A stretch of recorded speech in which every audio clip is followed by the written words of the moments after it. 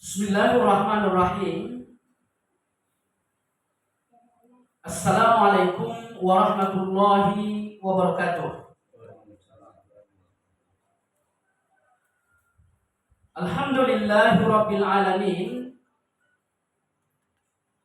Alladzi nahmaduhu wa nasta'inuhu wa nastaghfiruh wa na'udzu billahi min shururi anfusina wa min sayyiati a'malina. Man yahdihillahu fala mudilla lahu wa man yudlilhu fala hadiyalah. Asyhadu an la ilaha illallah wahdahu la syarika lah wa asyhadu anna Muhammadan abduhu wa rasuluhu la nabiyya ba'dah. Qala Allah tabaraka wa ta'ala fi kitabil karim, a'udzu billahi minasy syaithanir rajim. Ya ayyuhalladzina amanu taqullaha haqqa tuqatih wa la tamutunna illa wa antum muslimun. Jemaah sekalian, mari sama-sama kita panjatkan puji dan syukur atas nikmat dan karunia yang senantiasa diberikan oleh Allah Subhanahu wa taala kepada kita semua, sehingga pada kesempatan ini kita dapat bertatap muka kembali dalam rangka untuk melanjutkan kajian kita. Semoga saja dari majelis ini kita dapat memperoleh ilmu yang bermanfaat, ilmu yang dapat menjadi tuntunan sehingga kita semakin baik dalam mengibadahi Allah Subhanahu wa taala, semakin baik dalam mentauhidkan Allah Subhanahu wa taala. Kemudian selanjutnya, mari sama-sama kita perbanyak sholawat dan salam tentunya kepada Nabi kita yang sangat mulia, Nabi besar Muhammad sallallahu alaihi wasallam. Semoga saja kita semua dapat menjadikan beliau sebagai panutan, karena memang keimanan kita baru akan sempurna jika kita menjadikan beliau sebagai suri tauladan atau contoh dalam masalah-masalah kehidupan kita, terkhusus yang berkaitan dengan ibadah kepada Allah Subhanahu wa taala. Kita ketahui bahwa Nabi kita adalah orang yang paling baik keimanannya kepada Allah, orang yang paling baik keyakinannya terhadap Allah, orang yang paling sempurna ibadahnya kepada Allah. Dan Nabi kita sallallahu alaihi wasallam adalah orang yang memiliki keutamaan dibanding manusia-manusia yang lain. Maka oleh sebab itu, dialah yang pantas untuk kita jadikan sebagai panutan dan suri tauladan dalam kehidupan kita, terkhusus seperti yang disampaikan tadi, yaitu dalam masalah-masalah peribadatan kepada Allah Subhanahu wa taala. Hadirin jamaah sekalian, bapak-bapak dan ibu-ibu, semoga Allah memberkahi kita semua. Kajian tauhid atau kajian usul ats-tsalatsah sampai pada pertemuan sebelumnya kita telah membicarakan Bismillahirrahmanirrahim, di mana hal inilah yang menjadi pembuka di dalam kitab Usulul Tsalatsah tersebut. sekalian, kita akan membicarakan tentang 4 masalah yang wajib dipelajari. Hal ini terdapat di halaman 19.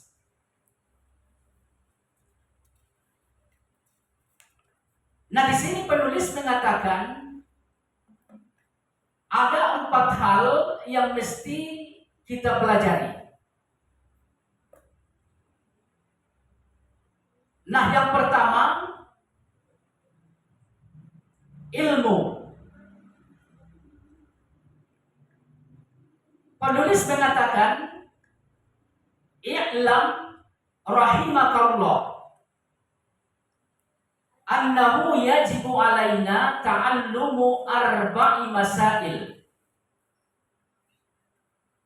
Ketahuilah, rahimakallah, sesungguhnya wajib bagi kita mempelajari 4 masalah. Nah, jamaah sekalian yang saya muliakan, sebelum kita memasuki pembahasan yang lebih lanjut terkait 4 masalah tersebut, kita lihat di sini bahwa penulis mengatakan, ketahuilah,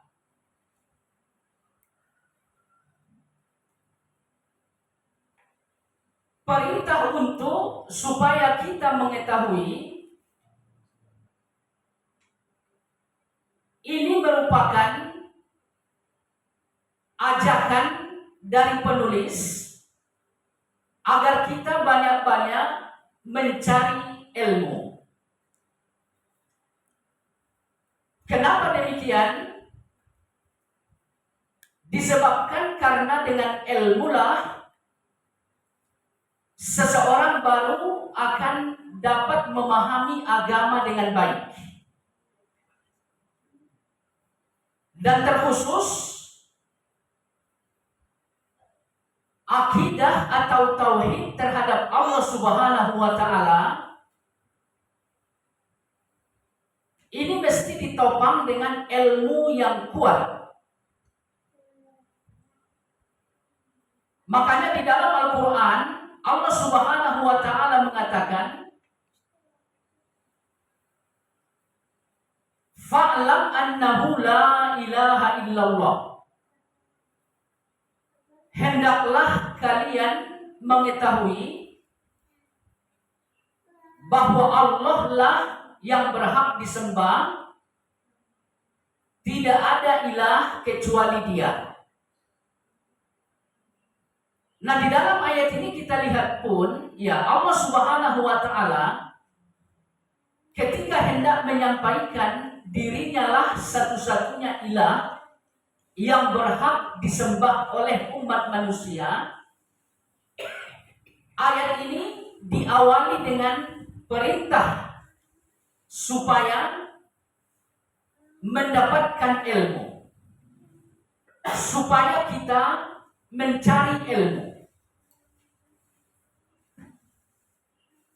Nah, jemaah sekalian,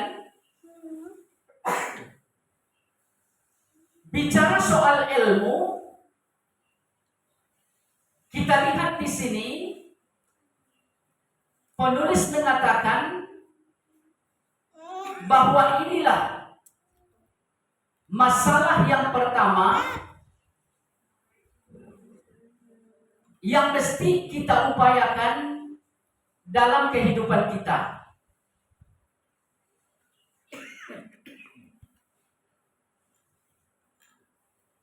Penulis di sini menjelaskan tentang ilmu. Kata beliau, ilmu tersebut terdiri dari beberapa tingkatan-tingkatan. Nah, yang pertama kita lihat di sini ada poin nomor 1 ya Pak ya.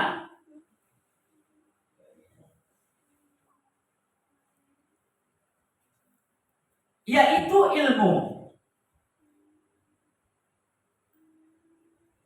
Nah, apa yang dimaksud dengan ilmu tersebut?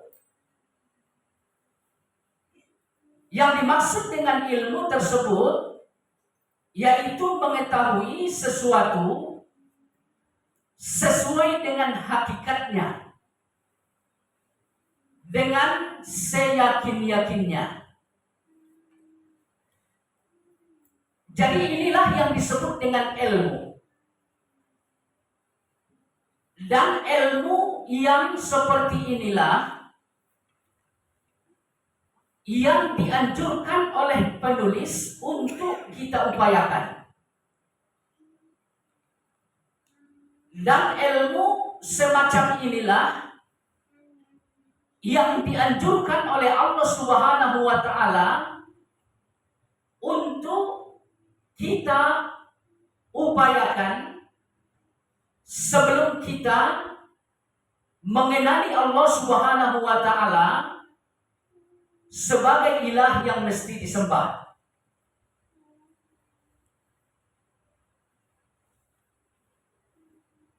Ilmu kita lihat di sini adalah pengetahuan yang sesuai dengan hakikatnya. Nah, disebabkan karena sesuai dengan hakikatnya, maka akan timbul keyakinan yang kuat.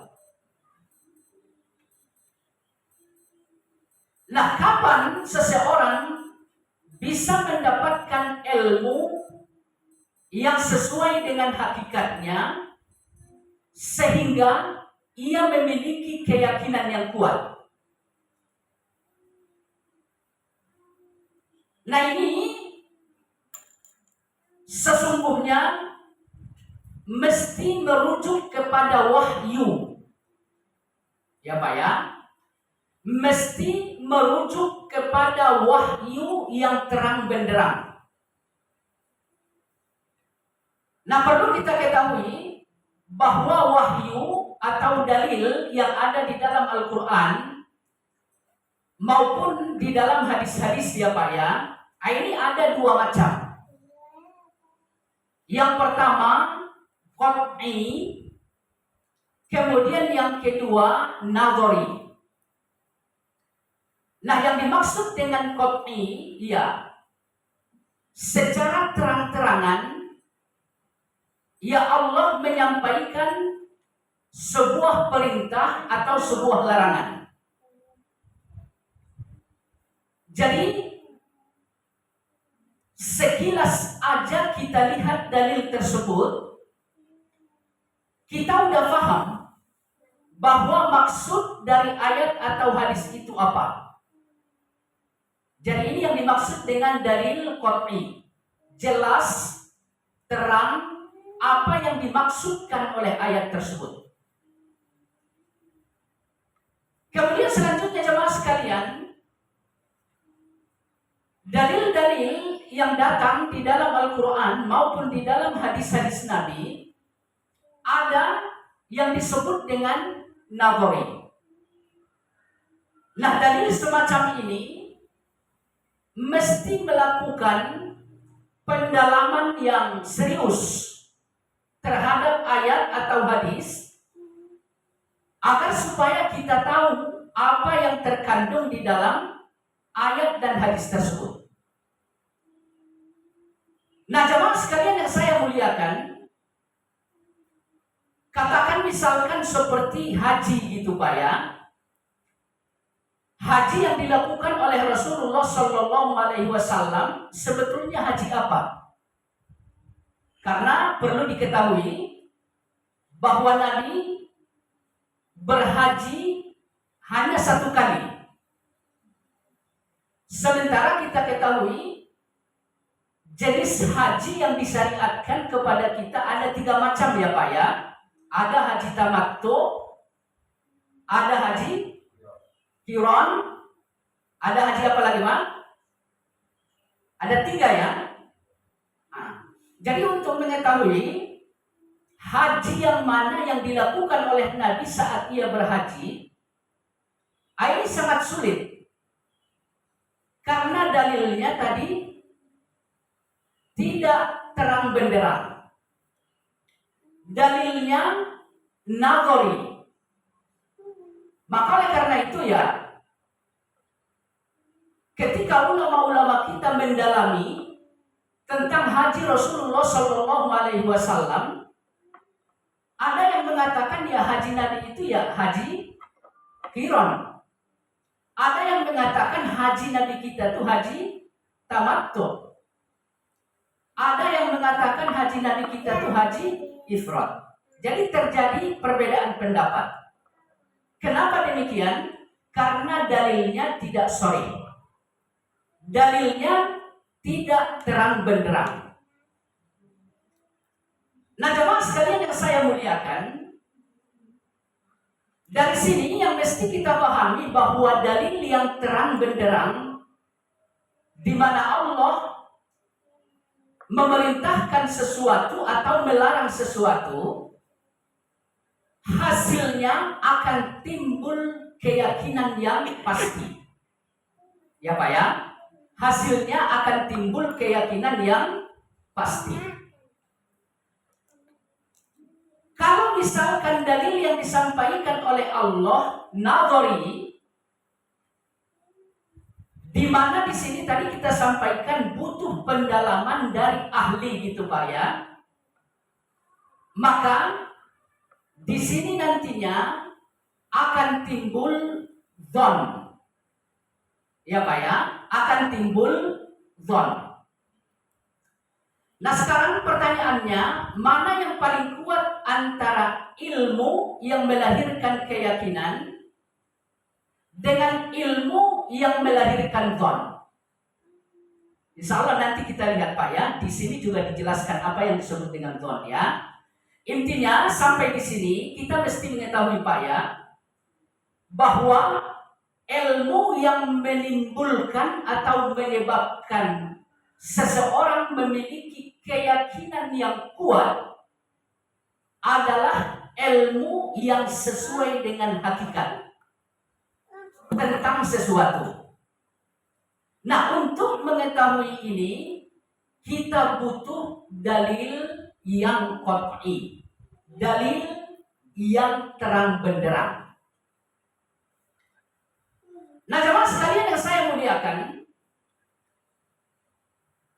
apabila kita telah mengetahui dalil yang qat'i, ya insya Allah dari sini kita akan memiliki keyakinan yang kuat. Dan untuk tauhid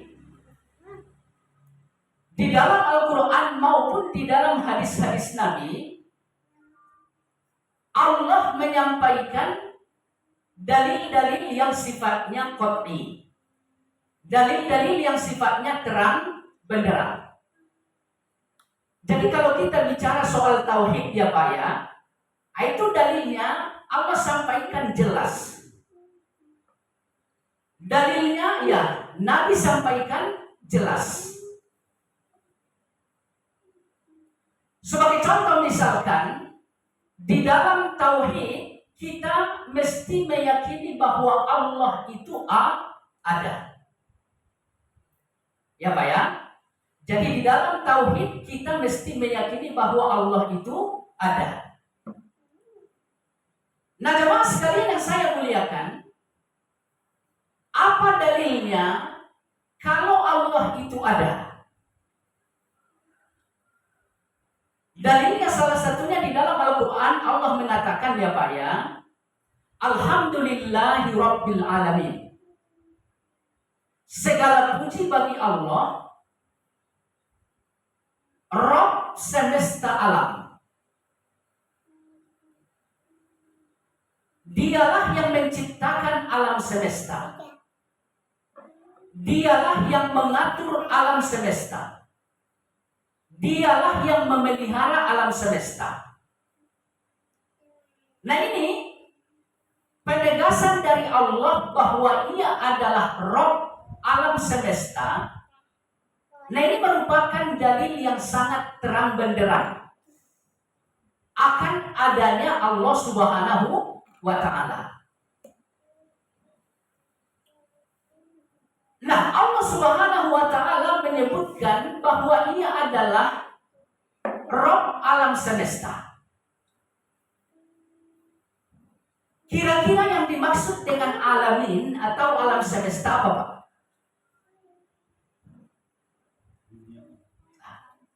Dunia salah satunya.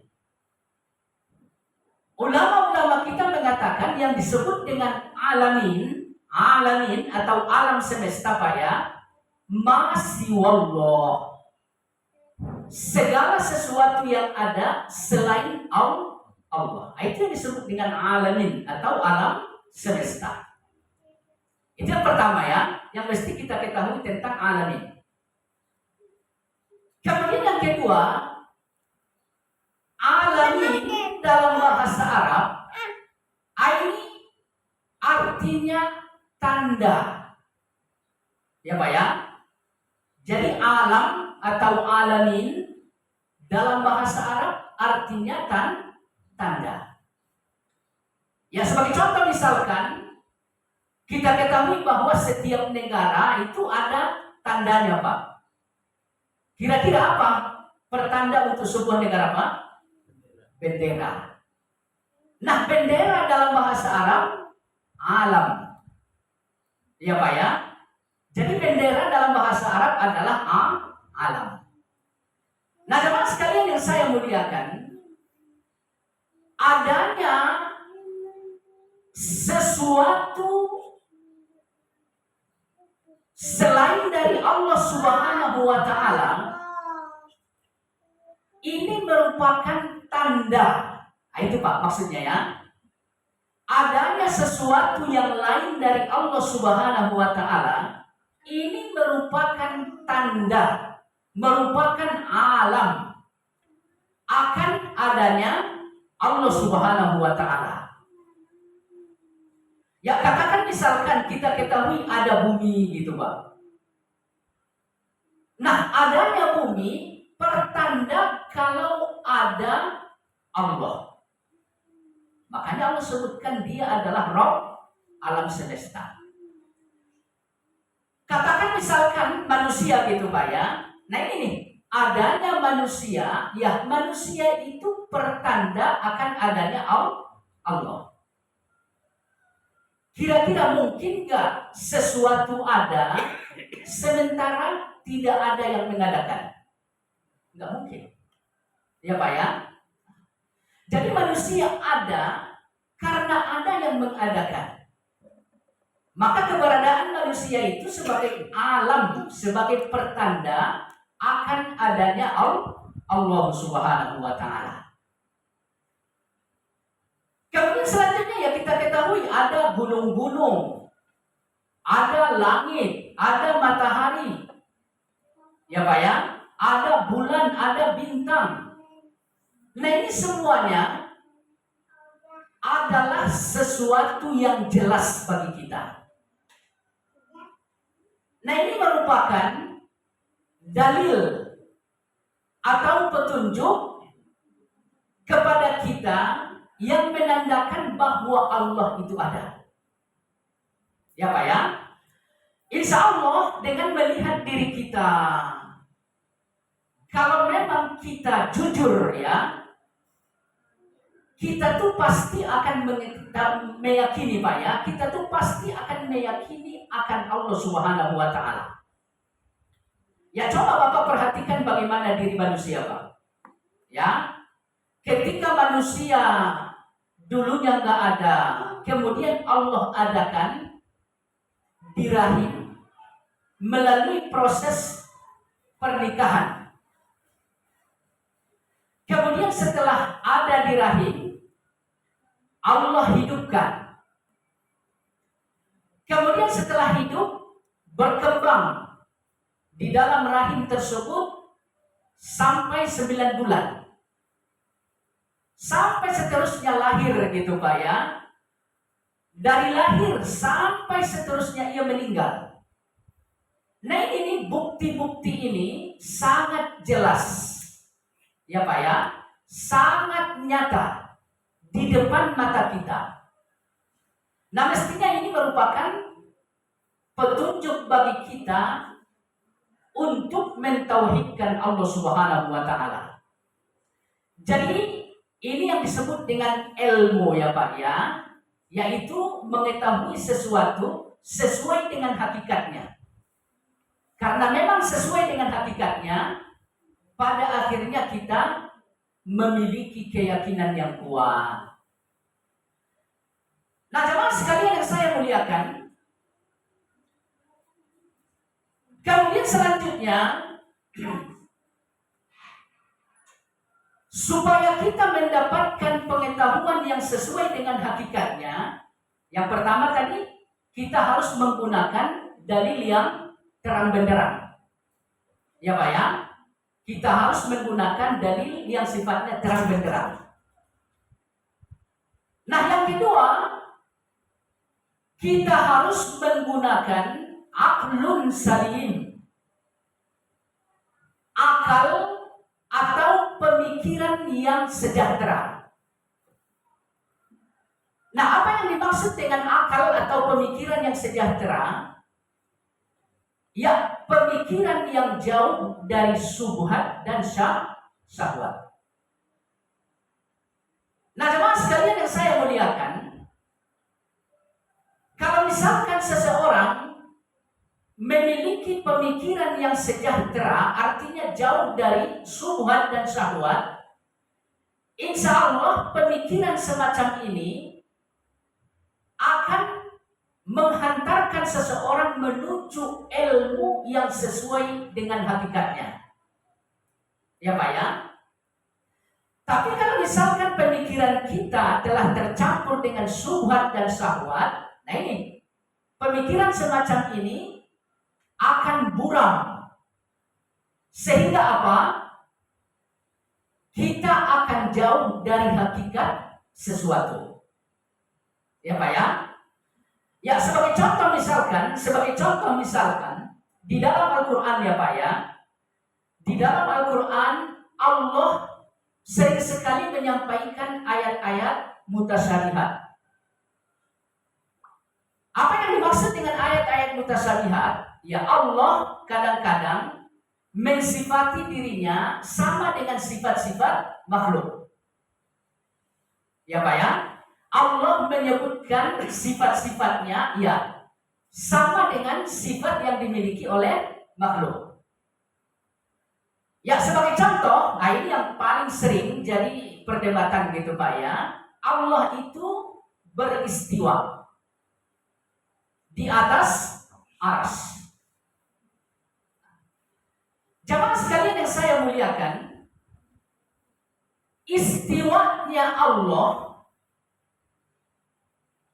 akan sesuai dengan Allah apabila kita pahami ayat tersebut dengan akal yang tidak tercampur dengan syahwat dan syubhat. Ya Pak ya? Bagaimana pengetahuan kita terkait ayat istiwa tersebut? Ya, Allah beristiwa sesuai dengan zatnya. Kemudian Allah makhluk, Allah menciptakan makhluk, dan Allah khalik. Yang pasti khalik dengan makhluknya berbeda. Karena memang zatnya juga berbeda. Nah ini, kalau kita menggunakan akal yang salim. Tapi kalau misalkan kita menggunakan akal yang udah tercampur dengan syubhat atau syahwat gitu Pak ya. Nah ini, akal ini nggak akan bisa melihat Allah beristiwa sesuai dengan zatnya. Nggak akan bisa melihat Allah beristiwa berbeda dengan makhluknya. Nggak akan bisa.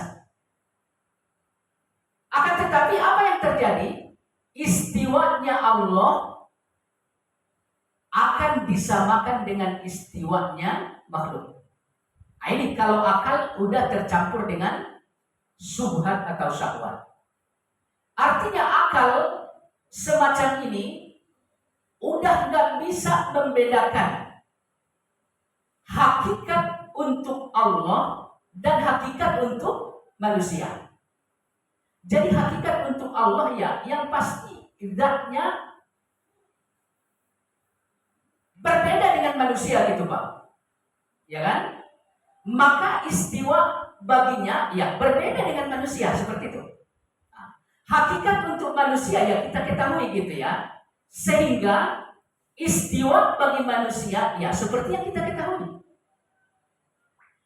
Jadi kalau misalkan kita nggak bisa melihat hakikatnya ya udah, nggak akan ada keyakinan yang kuat terkait masalah ini. Maka oleh karena itu kita ketahui orang-orang yang mentakwil ayat-ayat mutasyabihat, itu tuh mereka nggak yakin dengan apa yang mereka baca, yaitu di dalam Al-Quran Allah beristiwa di atas arsy. Mereka nggak yakin, sehingga mereka mentakwil ayat tersebut dengan makna yang lain. Kalau ini yang dilakukan, ya udah, akhirnya mereka menolak ayat tersebut. Nah, kira-kira bisa dipahami nggak, Pak?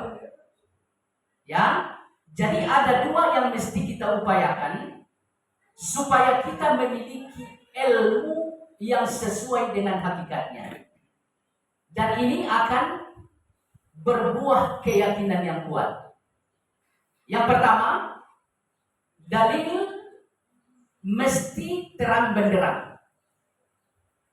Kemudian yang kedua, akal kita menyikapi dalil tersebut mesti sejahtera, selamat dari syahwat dan subhat. Ini dua-duanya mesti berjalan bersama, Pak. Kalaupun dalil sharih terang benderang, jika akal kita tercampur dengan syahwat dan subhat, kita pasti keliru memahami dalil tersebut, sekalipun dalil itu terang benderang. Ya contohnya yang tadi masalah istiwa gitu Pak. Jadi istiwa bagi Allah jelas, nggak ada masalah sebetulnya. Ya Allah beristiwa sesuai dengan zatnya, selesai. Berbeda dengan makhluknya, udah selesai. Cuman karena pemikiran kita tercampur dengan subhat, macam-macam tuh jadinya, ya, sehingga dalil yang tadi jelas berubah menjadi buram. Nah, itu. Nah, jemaah sekalian, bapak-bapak yang saya muliakan, jadi persoalan tauhid, ya Pak ya, persoalan tauhid, ya, insya Allah dalilnya semuanya sangat jelas, ya Pak ya, akan adanya Allah itu jelas, akan rububiyah Allah itu jelas. Uluhiyah Allah jelas, ya Pak ya.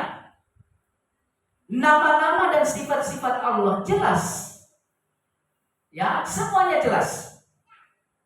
Sehingga mestinya gitu Pak ya, dalam rangka bertauhid, karena kita mendapatkan dalil yang jelas, ya kita yakin seyakin-yakinnya. Kemudian selanjutnya jemaah sekalian yang saya muliakan, keadaan pengetahuan seseorang berikutnya di sini disampaikan oleh penulis ya Pak ya, yaitu al-jahlul basir. Ya. Jadi yang dimaksud dengan al-jahlul basir yaitu ketidaktahuan mengetahui sesuatu apapun. Nah, ini lawan dari ilmu tadi Pak. Kalau ilmu tadi mengetahui sesuatu sesuai dengan hakikatnya. Nah, kalau jahal al-basir sama sekali nggak ada pengetahuan. Ya, jadi dia nggak tahu ini apa, itu apa, dia nggak ngerti. Nah, ini namanya jahal basir. Nah, di sini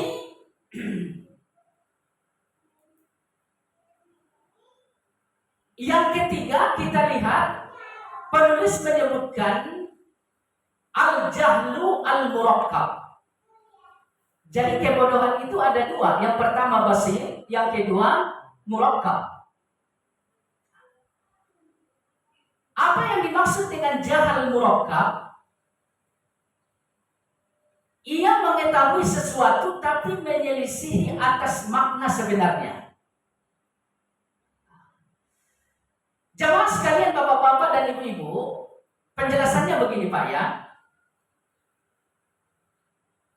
Di sini penulis menyebutkan bahwa kebodohan itu ada dua macam.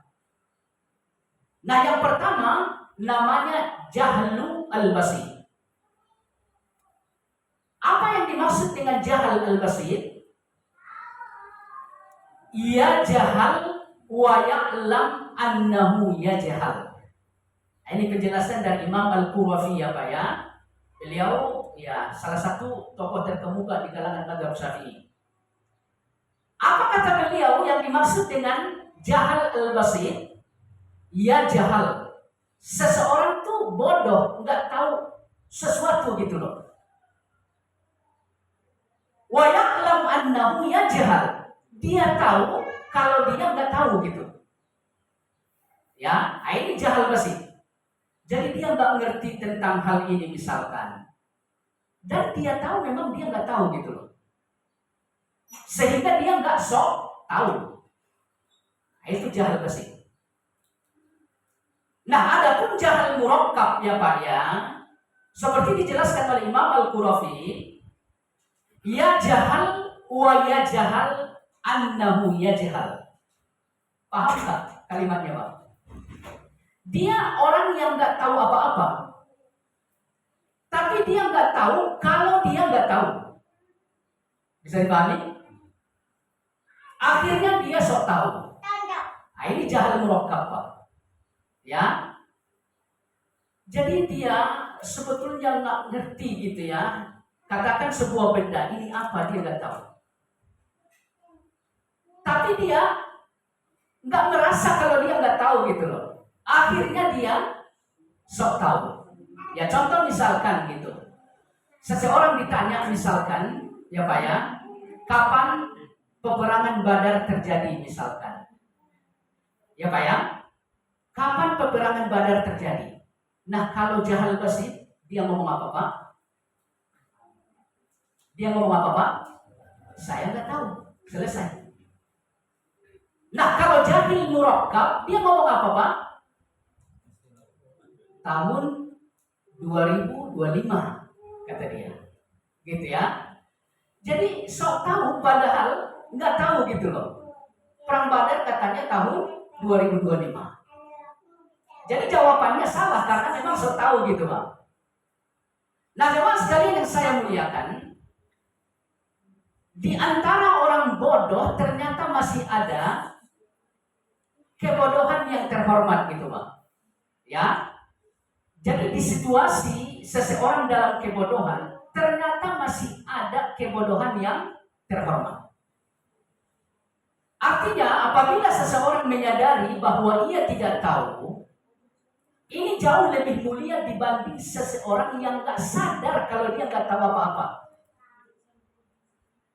Dan wallahu alam ya Pak ya, orang yang menyadari bahwa ia tidak tahu, insya Allah orang semacam ini sangat dekat dengan hidayah. Orang semacam ini gak akan ngeyel dikatakan ini loh ayat Allah seperti ini. Memang begitu? Iya. Orang yang jahal basir itu mudah untuk mendapatkan hidayah atau petunjuk. Akan tetapi kalau seseorang jahal murakkab, ini sangat sulit untuk mendapatkan hidayah Pak. Kenapa? Karena ia nggak sadar sebetulnya dia tuh nggak tahu, gitu ya. Tapi ya so tahu gitu Pak. Nah inilah orang-orang kafir. Keadaan inilah yang terjadi pada orang kafir Pak. Sehingga apa? Mereka berbuat dan perbuatan mereka itu keliru. Jadi orang kafir itu nggak tahu sebetulnya cara beribadah. Mereka nggak memiliki ilmu bagaimana mestinya beribadah. Ya kita ketahui bahwa cara beribadah ya yang menetapkan Allah kan gitu Pak ya. Kemudian kepada siapa kita mesti beribadah ya kepada Allah. Nah, ini ilmu tentang beribadah gitu. Tujuan ibadahnya Allah, caranya yang menjelaskan adalah Allah. Nah ini nih, orang kafir nggak tahu ini Pak. Akan tetapi bicara soal ibadah, orang kafir beribadah nggak? Beribadah. Cuman karena mereka nggak memiliki ilmu, ya udah cara ibadahnya beda. Tujuan ibadahnya juga beda. Nah ini nih, seandainya mereka mengakui mereka tuh nggak tahu apa-apa, ya insya Allah mereka nggak beribadah sesuai dengan keinginan mereka gitu. Insya Allah mereka nggak beribadah kepada sesuatu yang lain dari Allah Subhanahu wa Ta'ala. Jadi mereka akan berhenti dengan kebodohan mereka itu aja. Mereka nggak berbuat. Nah ini faktanya banyak orang kafir yang berbuat, tapi perbuatannya itu beda dengan hakikat yang semestinya gitu ya. Maka oleh karena itu ya Allah Subhanahu wa Ta'ala mengatakan di dalam Al-Quran, orang-orang kafir dengan amalan mereka Allah gambarkan seperti fata morgana. Ya Pak ya. Jadi orang-orang kafir dengan amalan mereka seperti fata morgana. Kasarabin biqi'ah kata Allah. Jadi orang kafir beribadah. Ya Pak ya. Tapi ibadahnya nggak sesuai dengan hakikatnya. Bisa dipahami nggak sih? Bisa nggak? Jadi orang kafir beribadah. Ibadah mereka nggak sesuai dengan hakikatnya Pak. Karena hakikat ibadah itu tujuannya mesti kepada Allah. Caranya mesti Allah yang menentukan. Coba Bapak lihat bagaimana ibadah orang kafir. Menyelisih dua hal ini enggak? Mereka beribadah tujuannya siapa? Selain Allah. Nah, menyelisih hakikat dari ibadah itu. Kemudian cara mereka beribadah, ya, menyelisih hakikat dari ibadah itu. Kalau ibadah yang diperintahkan oleh Allah kan seperti sholat misalkan, berdiri, rukuk, sujud dan sebagainya gitu ya. Kemudian puasa mesti menahan diri dari lapar, haus. Jadi ada ketentuan yang Allah buat. Nah ini orang-orang kafir beribadah, ketentuannya tidak sesuai dengan hakikat dari ibadah itu. Nah ini ibadah yang mereka lakukan itu karena nggak sesuai dengan hakikatnya, sama dengan fata morgana. Bisa dipahami? Fata morgana itu kalau dari jauh kelihatannya apa Pak? Kelihatannya air mengalir gitu Pak ya. Akan tetapi giliran didekatin kosong, abstrak gitu Pak ya, kosong, nggak ada air. Seperti itu. Ya ibadah orang kafir itu ya seperti itu. Kenapa? Karena mereka sok tahu, nggak tahu ilmunya, masih aja berbuat. Ujung-ujungnya apa? Kosong, nggak ada sesuatu yang mereka dapatkan dari ibadah mereka. Nah jemaah sekalian yang saya muliakan, ini keadaan orang yang kedua Pak. Ya, seseorang tidak tahu tentang hakikat sesuatu, tapi dia katakan saya nggak tahu. Kemudian dia nggak berbuat dengan menduga-duga gitu ya. Jadi dia diam aja, nggak tahu, selesai. Nah, ini namanya jahal basit. Nah sebagian yang lain ya udah nggak tahu masih aja berbuat. Ia lakukan dengan duga-dugaan yang dibuat oleh manusia gitu ya. Nah ini jahal murakkab. Akhirnya apa? Akan tersesat. Dan seperti yang saya sampaikan tadi Pak ya, orang semacam ini akan lebih jauh dari kebenaran dibanding orang yang pertama. Baik. Kemudian selanjutnya jemaah sekalian, di sini kita lihat di posisi keempat ya Pak ya, al-waham. Jadi keadaan ilmu seseorang itu tahapannya yang keempat di sini adalah al-waham. Apa yang dimaksud dengan al-waham? Yang dimaksud dengan al-waham, kita lihat di dalam kurung aja Pak ya. Pengetahuannya lebih kecil dari ketidaktahuannya terhadap sesuatu yang dimaksud. Ya. Jadi pengetahuannya kecil dibanding ketidaktahuannya. Ya. Nah, wallahu alam, kalau misalkan kita hitung dengan persentase gitu Pak ya, pengetahuan yang ia miliki katakan hanya 25%. 75%-nya nggak tahu. Nah, ini yang disebut dengan waham. Kalau ilmu tadi 100% tahu. Kalau jahal 100% tidak tahu. Nah, ini waham ini tahunya 25%, tidak tahunya 75%. Nah, ini yang disebut dengan waham. Baik. Kemudian selanjutnya jemaah sekalian, asyak. Nah, ini di posisi kelima ya. Apa yang dimaksud dengan asyak? Nah, baik, kita balik ke halaman berikutnya, Pak. Coba kita lihat di dalam kurung ya. Artinya antara pengetahuan dan ketidaktahuan seimbang dan sama. Nah, ini yang disebut dengan syak. Kalau kita presentasikan tadi berarti 50-50. Pengetahuannya 50%, kebodohannya 50%. Baik. Nah, sampai di sini kira-kira waham di atas syak atau di bawah, Pak? Di bawah atau di atas? Di bawah, ya. Karena syak pengetahuannya berapa tadi? 50. Kebodohannya 50. Waham pengetahuannya 25. Kebodohannya 75%. Gitu ya. Jadi waham di bawah syak. Baik. Kemudian yang terakhir, yang keenam ya Pak ya. Keadaan ilmu seseorang itu diistilahkan dengan al-dhan. Ya, diistilahkan dengan al-dhan. Baik. Kita lihat di dalam kurung aja Pak ya. Artinya pengetahuannya lebih besar daripada ketidaktahuannya terhadap sesuatu yang dimaksud. Nah, ini dhan ini lawan dari waham. Ya Pak ya. Jadi waham tadi kebodohannya 75%, pengetahuannya 25%. Nah, kalau dhan ya Pak ya, kalau dhan pengetahuannya 75, kebodohannya 25. Nah, jemaah sekalian yang saya muliakan, sebetulnya urutan yang disebutkan oleh kitab yang ada di hadapan kita tidak sesuai dengan urutan tingkatan, Pak. Ya, tidak sesuai dengan urutan tingkatan.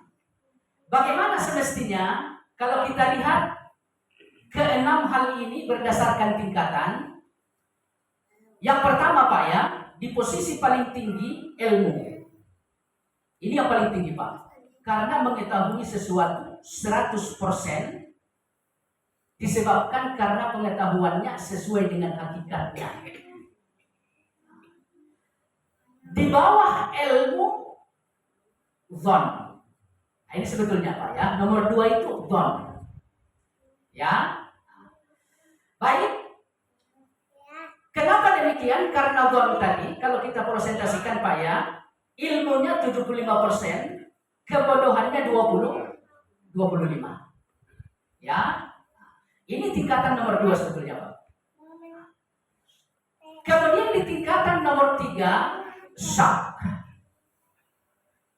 Keraguan-raguan. Ya. Kita ketahui tadi orang yang syak itu ya ilmunya 50%, kebodohannya 50%. Nah, ini tingkatan yang ketiga sebetulnya. Tingkatan yang keempat, waham. Ya Pak ya. pengetahuannya cuma 25%. Sementara kebodohannya 75%. Nah, ini di posisi nomor 4. Kemudian nomor 5, jahal basir. Ya Pak ya. Ini sebetulnya 0% gitu ya. Cuma ngaku kalau dia memang 0%. Kemudian di nomor 6 baru jahal murakkab. Nah, ini 0%, gak ada ilmunya gitu ya. Tapi ngaku punya ilmu.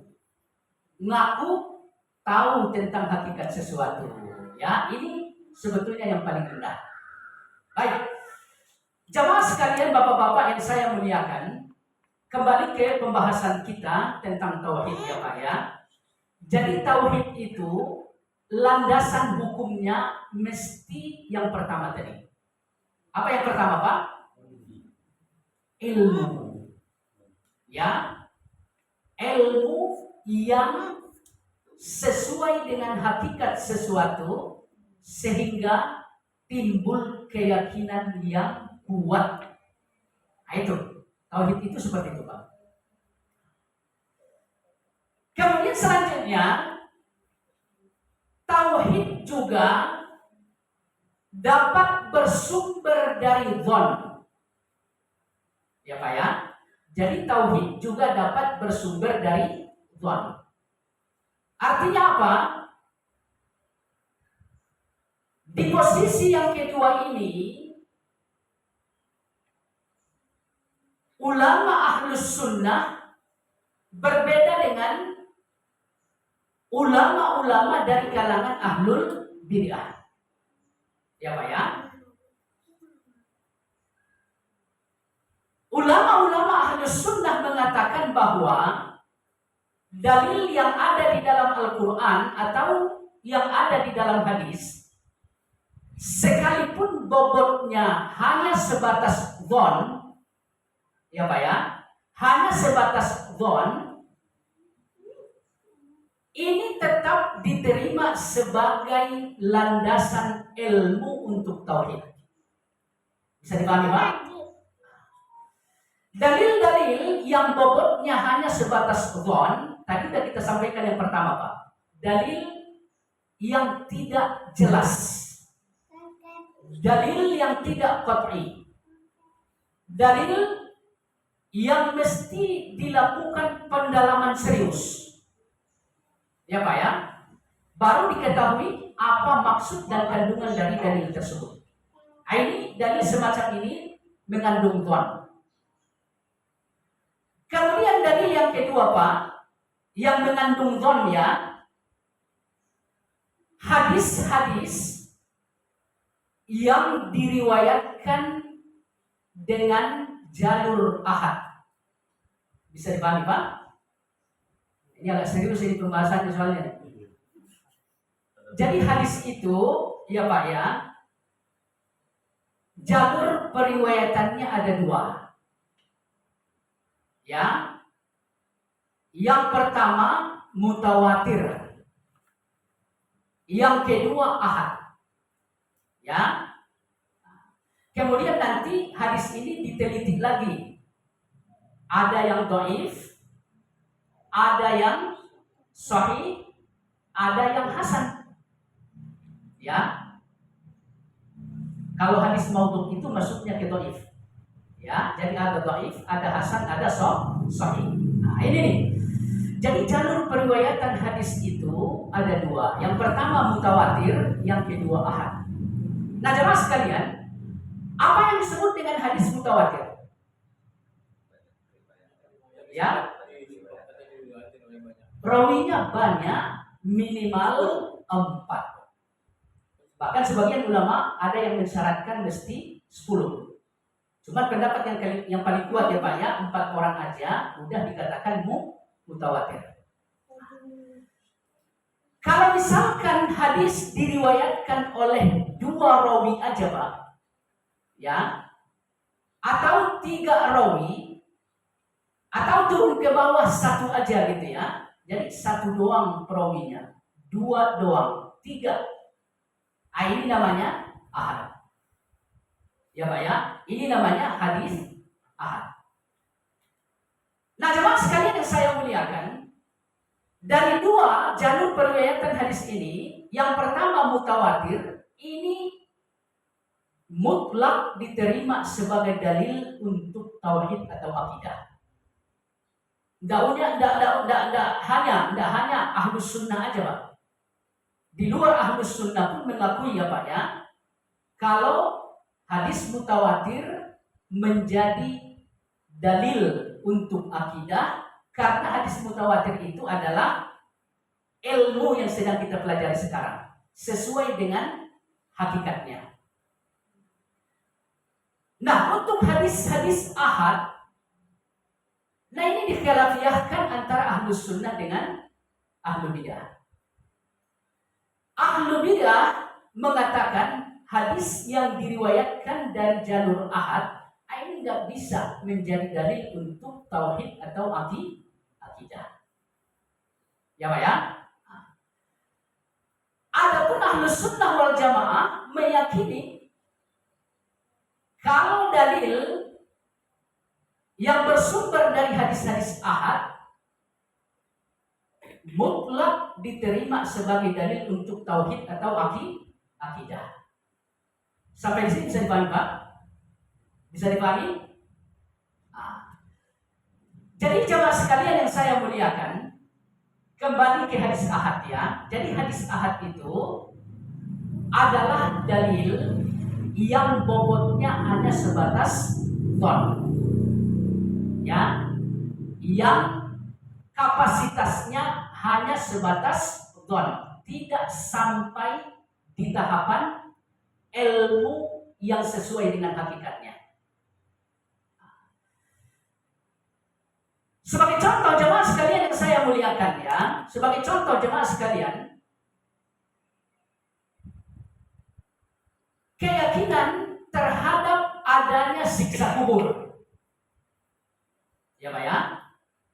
Nah, dalil-dalil yang disampaikan oleh Nabi kita Shallallahu Alaihi Wasallam terkait adanya siksa dan nikmat kubur, itu hadis ahad.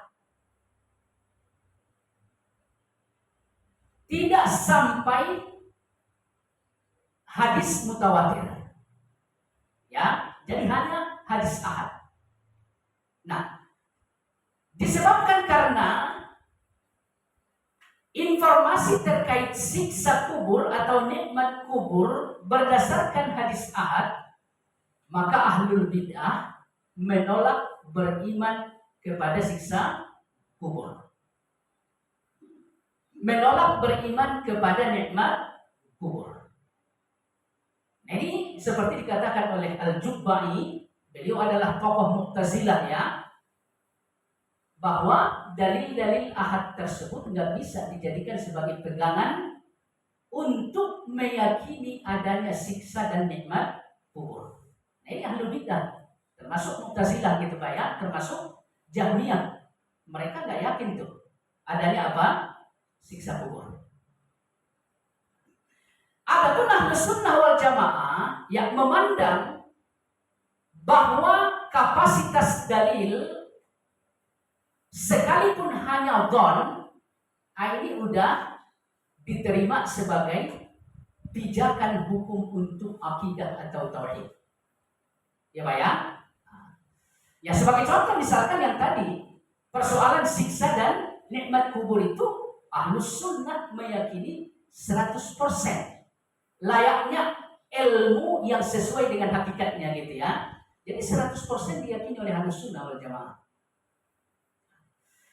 Jamaah sekalian yang saya muliakan, apabila kita lihat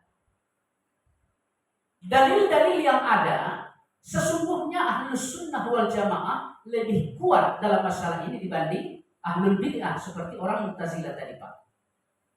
Artinya apa? Hadis ahad sekalipun kapasitasnya hanya sebatas dhon, ini dapat diterima sebagai dalil yang kuat untuk pijakan dalam masalah akidah atau tauhid.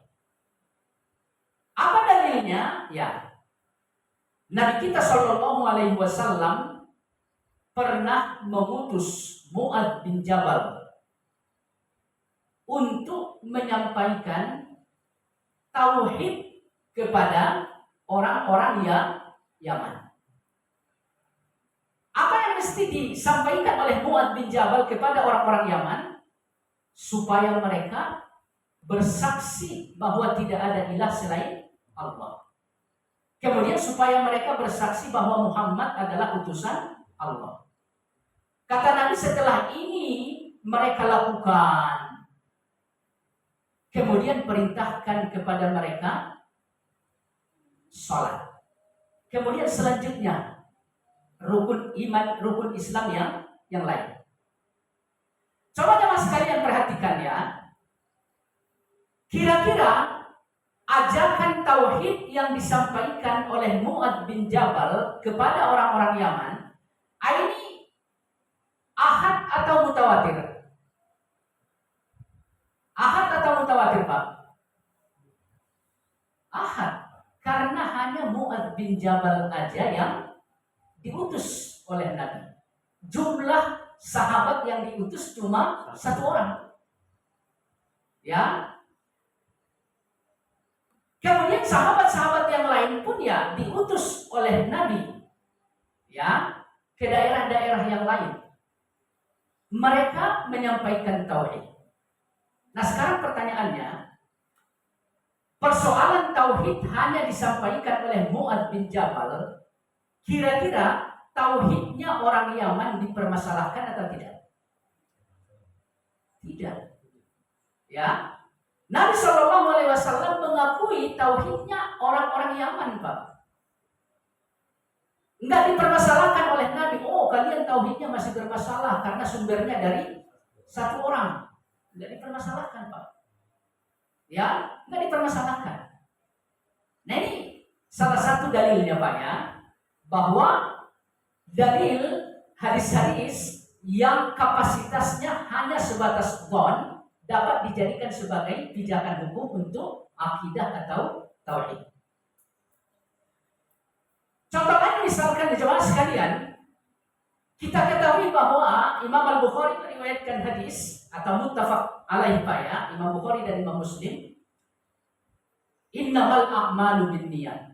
Ini hadis yang sangat masyhur, Pak. Ya, hadis yang sangat masyhur. Yang merawikan atau yang meriwayatkan hadis ini hanya 1, Pak. Umar ibn Khattab. Ya, Pak, ya, hanya beliau, nggak ada yang lain. Nah, coba kita lihat innamal a'malu binniyat.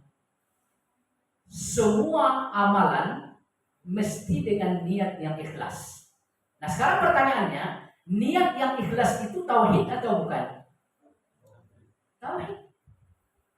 Jadi niat ikhlas itu kandungan yang tersimpan di dalam la ilaha illallah, Pak. Ya. Jadi kalau mau tahu niat yang ikhlas itu apa? Manifestasi dari asyhadu an la ilaha illallah. Itu ikhlas. Kemudian syahadat yang kedua apa? Wa asyhadu anna Muhammadan abduhu wa rasuluh. Muhammadan Rasulullah. Ini manifestasinya adalah ittiba. Ya, Pak, ya. Jadi nggak bisa dipisahkan antara niat yang ikhlas dengan tauhid. Dan dalil untuk niat yang ikhlas ya hadis yang tadi, Pak, yang disampaikan oleh Umar ibn Khattab, innamal a'malu binniyat atau innamal a'malu binniyat. Nah, ini hadis ahad ini. Gitu ya. Ulama-ulama kita menjadikannya sebagai pijakan untuk tauhid, yaitu niat yang ikhlas. Maka dengan demikian jamaah sekalian yang saya muliakan, ya, kita sebagai Ahlus Sunnah wal Jamaah jangan sampai terkecoh di sini, Pak. Ya. Artinya secara kasat mata orang-orang Mu'tazilah itu sepertinya sangat selektif. Sangat berhati-hati gitu ya untuk menentukan dalil yang berkaitan dengan akidah atau tauhid. Akan tetapi di sini ada kekeliruan. Ya, bahwa Ahlus Sunnah sekali lagi mereka menjadikan pijakan untuk akidah dan tauhid dalil-dalil sekalipun kapasitasnya hanya sebatas dhon. Ya Pak ya. Baik. Kemudian selanjutnya jemaah sekalian yang saya muliakan, adapun syak, ya Pak ya, adapun syak ini udah nggak diterima dalam masalah akidah atau tauhid, ya Pak ya. Jadi kalau ada sesuatu yang kita ragukan, ya, atau tahapannya hanya sebatas syak, ini nggak bisa menjadi petunjuk untuk tauhid, ya. Dan bahkan untuk syariat fikih, ya Pak ya, untuk syariat fikih syak ini harus dikembalikan kepada sesuatu yang yakin. Bisa dipahami Pak? Contoh misalkan ya, kata Nabi, kalau seseorang sedang sholat, ya, kalau seseorang sedang sholat, itu syaitan mengirim pasukan. Nama pasukan ini Khanzab, kata Nabi. Ya Pak ya. Jadi mereka tuh merusak orang yang sedang sholat itu.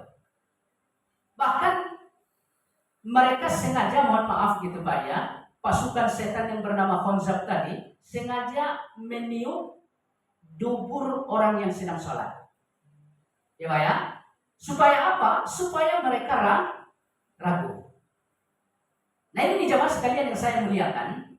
Dalam keadaan ragu, kita tetap sholat, nggak benar. Ya, nggak benar. Sholat kita tuh nggak sah. Bagaimana semestinya kita melakukan istishabul hal? Ya Pak ya, apa yang dimaksud dengan istishabul hal? Mengembalikan kondisi syak tersebut kepada keadaan sebelumnya. Sebelum ada keraguan-raguan, Bapak yakin atau enggak? Yakin, karena memang udah wudhu kan ya. Ya nggak mungkin Bapak nggak berwudhu langsung sholat aja. Ya, jadi sebelumnya Bapak udah wudhu, kemudian berangkat ke masjid, lalu sholat. Nah di tengah-tengah sholat ragu karena ada yang tadi tuh, yang niup-niup bagian belakang kita gitu ya. Nah ini nih Pak, dalam keadaan seperti ini kita harus kembalikan keraguan itu ke keadaan sebelumnya. Sepanjang apa? Sepanjang kita nggak betul-betul mengetahui ada angin yang keluar, nggak ada suara yang keluar, nggak ada bau yang kita cium. Ini nggak ada. Jadi hanya sebatas ragu aja, nggak ada yang keluar sedikit pun, biarpun angin gitu ya. Nah, kembalikan keadaan diri kita kepada keadaan sebelumnya. Baik. Jadi wallahu a'lam, dalam masalah fikih hukum syak ini Pak ya, syak ini mesti dilakukan istishabul hal, mengembalikan keadaan tersebut kepada keadaan sebelumnya. Ya contoh lain misalkan apabila Bapak sholat, lalu ragu udah 3 rakaat atau 2, gitu ya. Nah ini bagaimana nih solusinya gitu ya? Kalau misalkan nggak bisa dilakukan upaya istishab, mana yang lebih yakin gitu kan ya? Mana yang lebih yakin? Nah ini dulu yang pertama kita upayakan. Yang paling kita yakini ya 3 atau 2. Mana kira-kira? Ya caranya bisa aja kita lakukan. Tadi di ayat pertama saya baca ini. Apa di rakaat pertama gitu ya. Di rakaat kedua saya baca ini. Insya Allah dengan ini nanti kita akan menemukan sesuatu yang lebih kita percayai, kita yakini gitu ya. Nah ini yang disebut dengan istishab al-hal. Tapi kalau misalkan memang gelap gitu ya, nggak tahu, ya ambil aja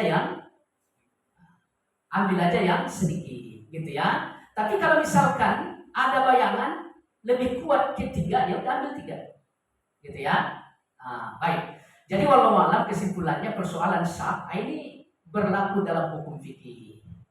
Adapun dalam urusan akidah atau tauhid tidak berlaku. Artinya saat kita bertauhid kepada Allah harus betul-betul yakin sumbernya apa, ilmu yang sesuai dengan hakikatnya. Kemudian yang kedua ya dzan, ya, karena dzan dalam pandangan Ahlus Sunnah juga akan melahirkan keyakinan. Bisa dipahami Pak? Nah, baik. Kemudian selanjutnya jemaah sekalian yang saya muliakan, sekali lagi urusan-urusan tauhid mesti dengan dalil yang terang benderang. Maka untuk itu kita harus berilmu terhadap dalil-dalil yang ada di dalam Al-Quran dan hadis-hadis Nabi. Ini kapasitasnya yakin atau don atau syak misalkan gitu ya. Kita harus tahu tuh. Ya, kita harus tahu tuh. Kemudian ya sarana kita untuk memahami dalil-dalil Al-Quran dan hadis tadi mesti apa tadi Pak? Aqlun salim. Ya, mesti akal yang sejahtera. Artinya tidak ada subuhannya, tidak ada syahwatnya. Karena kalaupun dalilnya terang benderang, kalau kita tangkap dengan pemikiran yang udah tercampur dengan syubhat, dalil yang terang benderang tadi akan berubah menjadi gelap, menjadi buram. Intinya dari pertemuan ini ya penulis mengajak kita agar banyak menuntut ilmu. Ya Pak ya, sasaran kita tadi apa? Biar tahu mana ilmu yang sesuai dengan hakikatnya, mana yang hanya sebatas dhon, mana yang syak, mana yang waham. Nah, ini harus betul-betul diupayakan. Baik, sampai di sini ada pertanyaan Pak? Ya, silakan. Mengenai kedudukan ilmu tadi Ustaz. Tadi kan ada yang orang yang nggak tahu, tapi dia nggak sadar kalau dia nggak tahu. Terus orang yang tahu, tapi dia sadar kalau dia nggak tahu. Gitu. Terus kedudukan yang ini gimana? Orang yang tahu, tapi dia tidak sadar kalau dia itu tahu. Gitu. Orang yang berilmu, tapi dia tidak sadar bahwa dia itu tidak berilmu. Gitu. Karena kan. Terus yang lagi, yang kedua. Gimana kalau pas kita menjadi makmum, imamnya tuh udah takbir, terus kita udah takbir, terus ternyata dia dibatalin terus ulang lagi itu, makmumnya harus gimana, terus hukumnya apa gitu. Terus kemudian ketika imam kurang satu sujud itu jadi dibenterin terus subhanallah gitu terus jadi jadi udah dibenarin terus tetap aja nggak tahu gitu ya. Iya, karena kurang satu sujud. Iya, memang ya sering kayak gitu Pak. Jadi imam itu ya berat. Kadang-kadang kita nggak tahu salahnya di mana gitu kan ya. Nah, baik. Yang pertama, bagaimana dengan orang yang tidak tahu dan dia berilmu tapi dia tidak sadar bahwa dia itu berilmu. Dia berilmu tapi dia tidak sadar bahwa dia itu berilmu. Rajulun yadri wala yadri annahu yadri. Rajulun yadri wala yadri annahu la yadri. Annahu yadri. Wallahu a'lam. Ini sebetulnya apa namanya? Bagian dari tingkatan yang paling tinggi tadi. Bagian dari ilmu ya. Seakan-akan dirinya sendiri kan? Iya. Jadi seakan-akan ya dia bodoh gitu ya. Karena ia haus ilmu gitu ya. Jadi nggak ada cukupnya dengan ilmu. Rajulun yadri annahu yadri. Rajulun la yadri annahu yadri kan begitu ya. Jadi dia nggak tahu kalau dia tahu gitu ya. Ya sebetulnya ini ungkapan aja.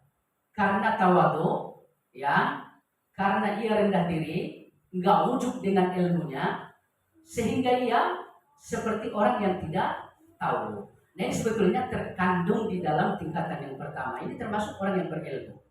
Ya, intinya apa?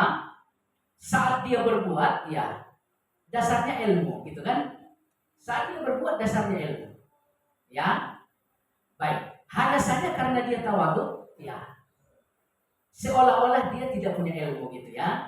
Jadi wallahu a'lam jawaban konkretnya ini termasuk bagian yang pertama disebut dengan orang yang berilmu. Sekalipun dia nggak mau dikatakan orang yang berilmu karena tawaduk aja.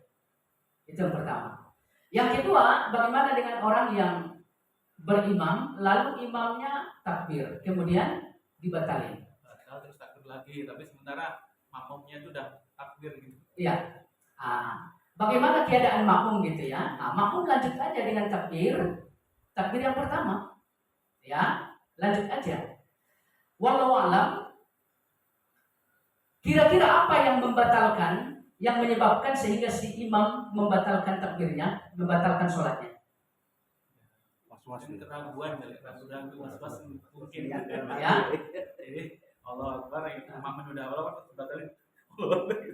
Jadi nggak boleh membatalkan sholat itu, nggak boleh Pak ya.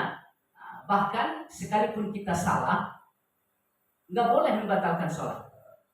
Ya, kalau kita salah, ya kita ganti dengan sujud sahwi. Ya nggak boleh dibatalkan sholat itu ya.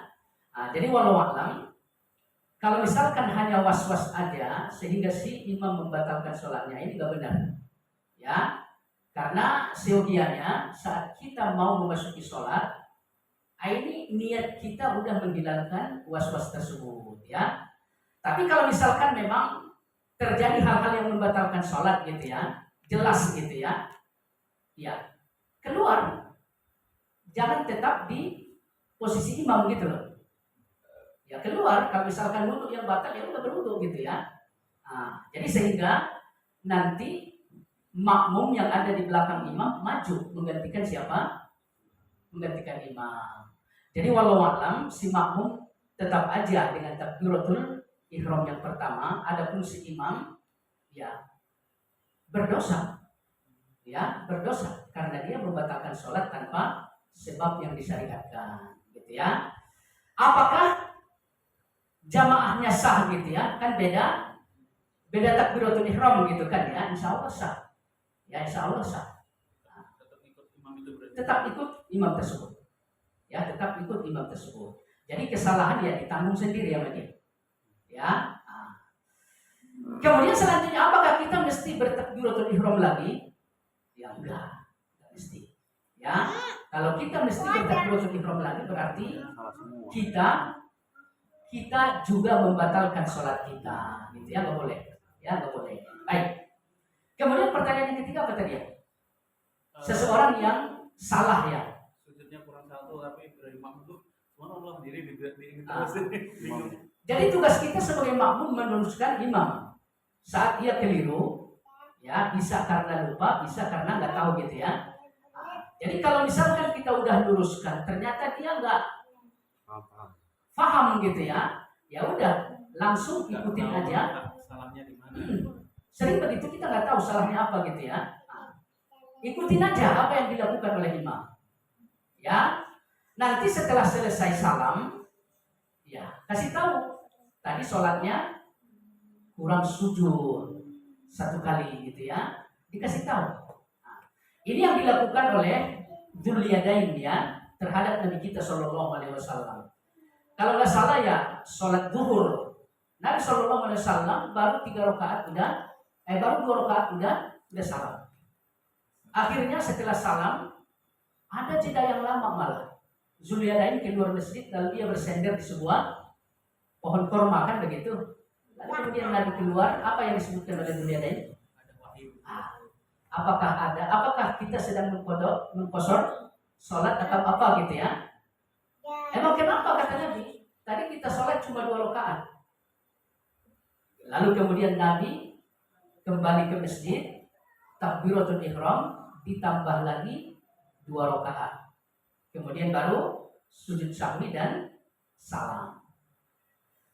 Kemudian selanjutnya ya, kalau misalkan sujud, ya satu sujud ketinggalan gitu ya, ini 1 rakaatnya dianggap batal. Bisa dipahami? Jadi saat mengganti nantinya ya full 1 rakaat.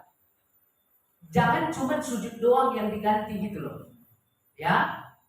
Karena sujud ini kan rukun ya. Kalau rukun ketinggalan ini mesti diganti. Kalau masih mungkin, Tapi kalau udah nggak mungkin diganti dalam sholat, ya udah nanti di luar sholat setelah salam ganti 1 rakaat. Jangan sujudnya aja ditambal gitu ya, jangan. Jadi 1 rakaat. Takbiratul ihram, baca lagi bacaan-bacaannya semua, titahnya semua gitu ya. Udah salam nanti tambal dengan sholat sujud sahwi gitu ya. Adapun persoalan sujud sahwi, ini bisa dilakukan sebelum salam, bisa dilakukan setelah salam. Ini pendapat yang paling kuat. Ya, sekalipun ada yang mengatakan kalau yang kurang dalam sholat sebelum salam, kalau yang lebih setelah salam. Ini sebetulnya rincian ini tidak ada dalilnya Pak ya. Yang paling kuat sebetulnya bebas. Ya, bebas. Sebelum salam atau sesudah salam. Wallahu a'lam. Ya.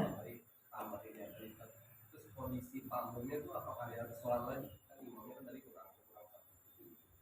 Artinya kan kurang batal dan Ya. Nah, setelah salam si imam itu tambah 1 rakaat, apakah mau ikut lagi sholat? Ya. Jamaah lagi bisa. Lebih bagus berjamaah lagi. Kalau misalkan imamnya udah nggak ada gitu ya, ya kita sholat sendiri, kita tambal, ya. Jadi kalau imamnya masih ada, ya udah kita jamaah lagi, nambal kekurangan 1 rakaat tadi. Kalau nggak ada, ya udah kita harus tambahkan 1 rakaat dengan sholat sendiri. Ya harus, nggak sah sholatnya kalau cuma 3, sementara yang seharusnya 4. Jadi harus ditambah ya. Baik. Baik, ini yang masalah zon.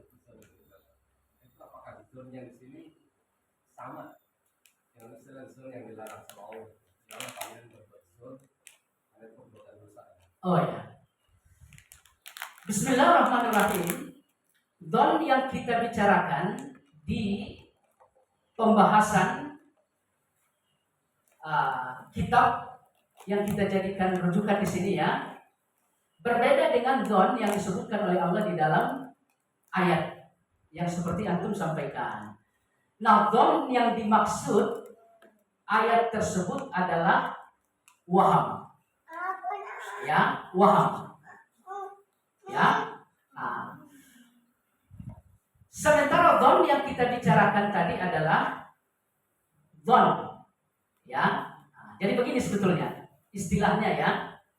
Ini syak 50-50. Ada yang ke atas, ada yang ke bawah.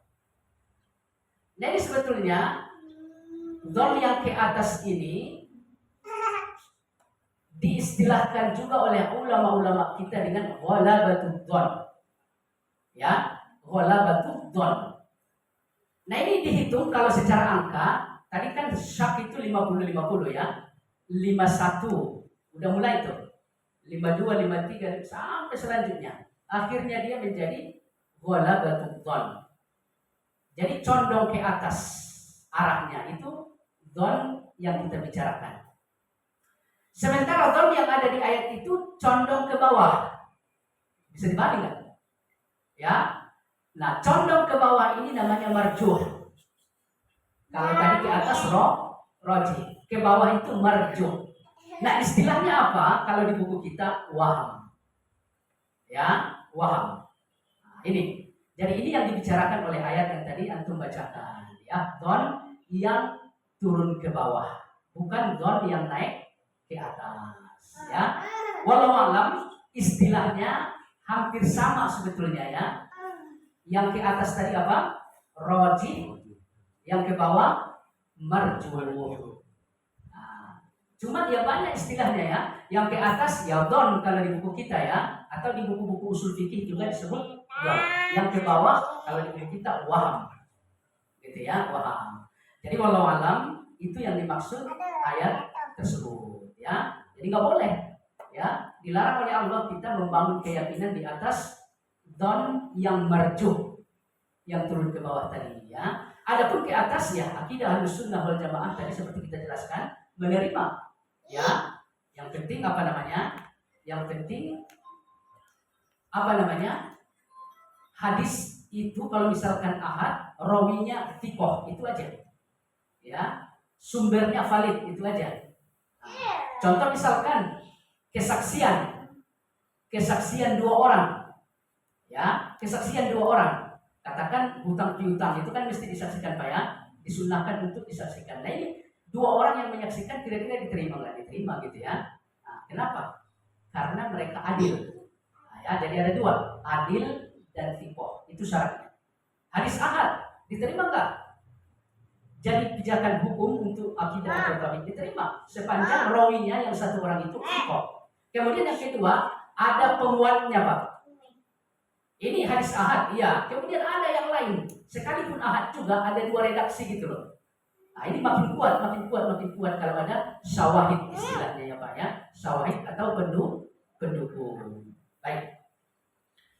Kita tutup dengan kafaratul majlis. Subhanallah wa bihamdihi, asyhadu an la ilaha illa anta, astaghfiruka wa atubu ilaik. Assalamualaikum warahmatullahi wabarakatuh.